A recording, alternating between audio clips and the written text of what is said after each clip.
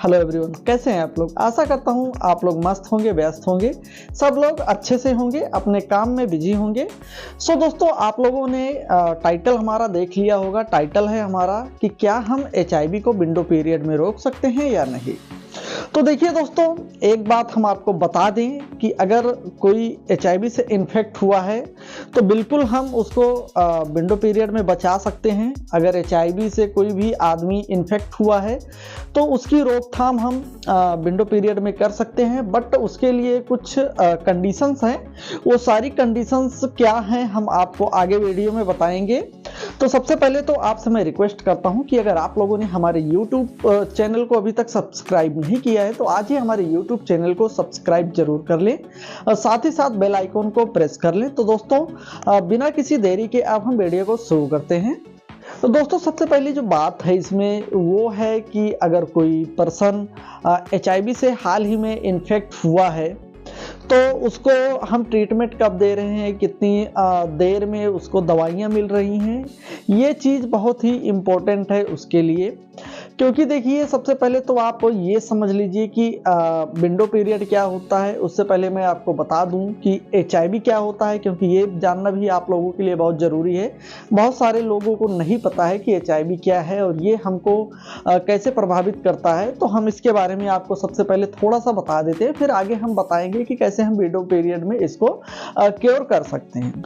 दोस्तों, हम सबसे पहले बात करेंगे कि HIV वायरस आखिर होता क्या है और ये हमको कैसे प्रभावित करता है। तो देखिए, HIV एक ऐसा वायरस है जो आदमी के इम्यून सिस्टम पर डायरेक्ट अटैक करता है। वो आदमी को सीधे तौर पर नहीं मारता है। जो भी पर्सन उससे इन्फेक्ट होता है वो सीधे तौर पर नहीं मरता है, बल्कि ये वायरस उसकी प्रतिरोधक क्षमता, जिसको हम CD4 सेल कहते हैं या वाइट ब्लड सेल का ही एक पार्ट होता है, हम ये भी कह सकते हैं, उसको इतना कम कर देता है, उस पर इतना अटैक करता है कि हमारा जो वाइट ब्लड सेल है वो अपने आप डाउन हो जाता है। उसके बाद जो दूसरे रोगों से लड़ने की क्षमता हमारी होती है वो खत्म हो जाती है, जिससे आदमी दूसरे रोगों की वजह से या दूसरे बीमारियों की वजह से मर जाता है। तो दोस्तों, ये है हमारा HIV का मैटर। अब हम अगले मैटर पे आएंगे कि आखिर ये HIV जो वायरस है इसको हम विंडो पीरियड में कैसे रोक सकते हैं। तो सबसे पहले आप ये समझिए कि HIV का जो विंडो पीरियड है वो होता क्या है।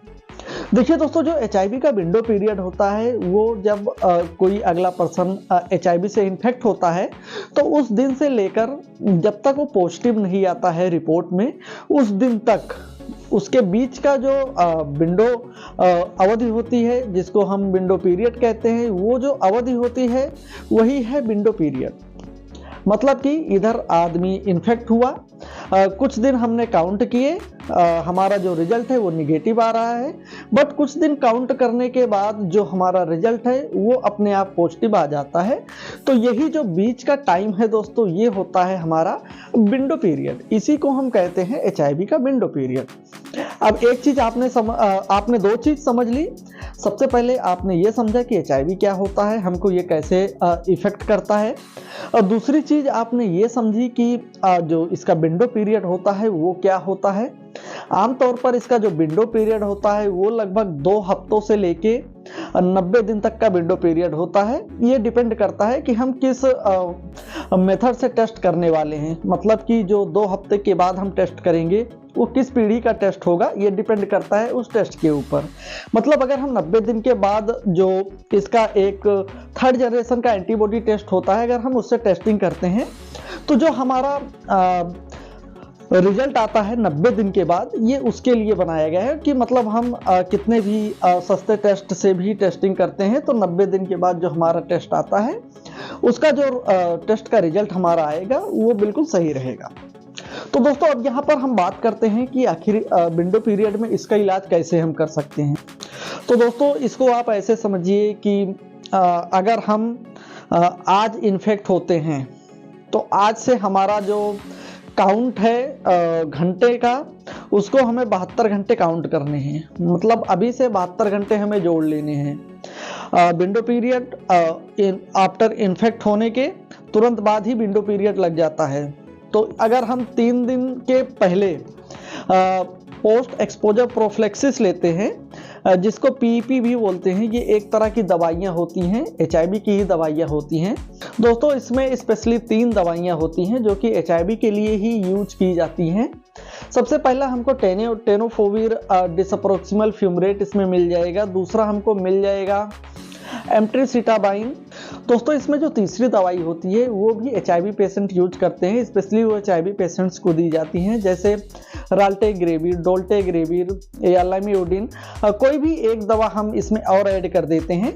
इन तीनों दवाओं को मिक्स करके जो व्यक्ति इन्फेक्ट हुआ है उसको हम दवाइयाँ दे देते हैं। ध्यान रहे 72 घंटों के अंदर ही दवाइयाँ लेनी पड़ेंगी आपको, क्योंकि विंडो पीरियड आपका शुरू हो जाता है जब आप इन्फेक्ट होते हैं। क्योंकि दोस्तों देखिए 72 घंटों का समय आपको मिल रहा है आफ्टर इन्फेक्शन, मतलब 72 घंटों तक भी आप उस विंडो पीरियड में रहेंगे।